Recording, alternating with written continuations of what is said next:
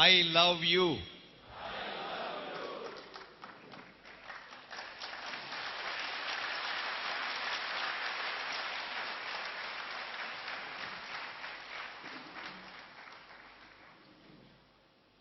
Brothers and sisters,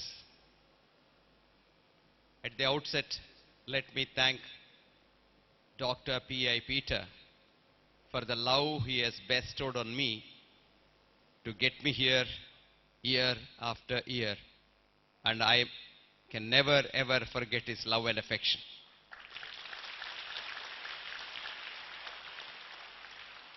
Almost every week, I get a call from him at all times of the day or night, just to say, Peter loves you. Dr. Kirth Singh, my dearest brother, Dr. Karthikeyan, Vijayamma, Leo Rebello, and all of you present here. This was a moment that has touched my heart.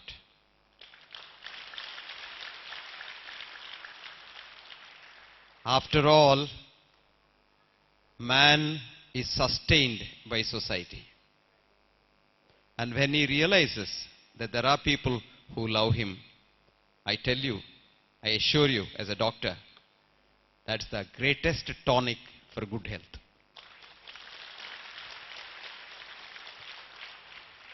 I will show you a little later how this does wonderful things inside when once your immune guard is stimulated.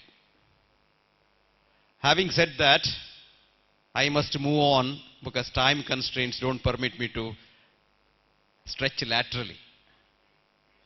Whenever a speaker comes on the dais to talk on an esoteric subject like wellness, the tendency is to talk of big things, very complicated things. I was reminded of a joke once. A professor like me, egoistic, was traveling in a plane. In the next seat was seated a young girl, maybe a high school girl, seriously reading a novel. So the man was feeling, lonely. So she wouldn't raise her head from the book. So she was continuously reading. And these days, they don't give any cup of tea also, so there is no break. After some time, he just turned around and said, "Young lady, it seems if co-passengers start a conversation, somehow the wind pushes the plane forwards faster and it reaches our destination faster. Why not we strike a conversation?" The girl reluctantly lifted her head from the book, closed the book temporarily and said, "Talk about what, sir?" she said. "Well, this big professor called to speak to the Noni family, so he said, what? So he said, let's talk about nuclear energy." He was a professor of physics. So the girl said, "That's a very good subject, we can talk on that, but before that, let me ask you a simple question." He said, "Go ahead." She said, "A goat, a cow, and a horse. 3 vegetarians. They all eat the same food, which Vijayamma prescribed. Grass. Grass. Okay? But at the other end, the goat brings out hard pellets. The cow puts out a large putty. And horse brings out buckets of dry grass. Tell me why the difference?" The great professor scratched his head, thought for a while, looked up and down, all round the plane, didn't get an answer and said, "Come to think of it, young lady, I don't know."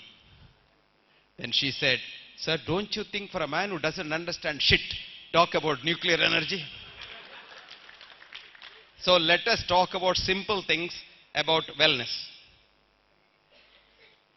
You have lot of definitions of health.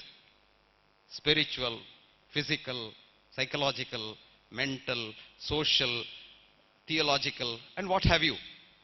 All this is possible either after death or in a utopia. You can't have that.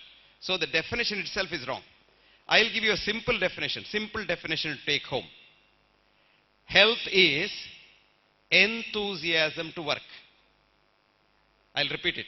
Enthusiasm to work and enthusiasm to be compassionate.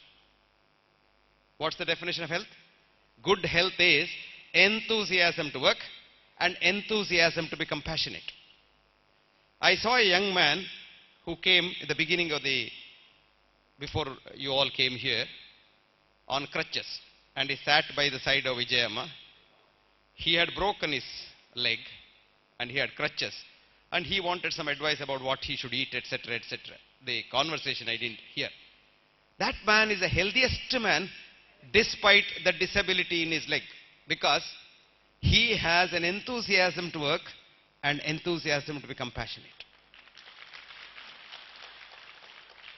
Steve Hawkins was the professor of physics in Cambridge, working almost 18 hours a day, writing books as if it is a computer putting out books, teaching all over the world, etc., etc., and doing research. He was a theoretician. He was not an experimental physicist.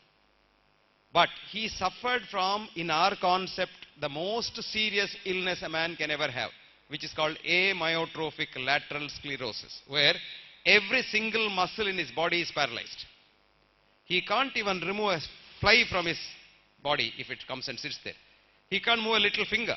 He has a special electric chair where he sits. He has a special computer which can sense his thoughts because he can't speak. And he is being fed by his wife, who was very faithful to him. And our textbooks tell us that a diagnosis of amyotrophic lateral sclerosis is a death warrant, because no one should live beyond 2 years after the diagnosis. Now, very irrational saying. When did you make the diagnosis? How do you measure 2 years from there?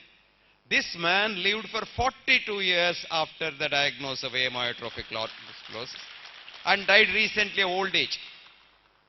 See, what I am saying is, what is the disease in this world? Modern medical disease? Diagnosis is the disease. I've written an article, read it. It's on the internet, it's Google, or there is a website called PubMedInfo, PubMedInfo.com, which is free. There are about 450 of my articles. You can read that, or go to BMJ.com, BMJ, BritishMedicalJournal.com, and go to advanced search and put my name as author and say electronic articles together. You get about 190 articles. You can read all of them free. You can even download them free. You can reproduce them free. A lot of people translate them and all, and come to know when I get a copy of that from someone else. It doesn't matter.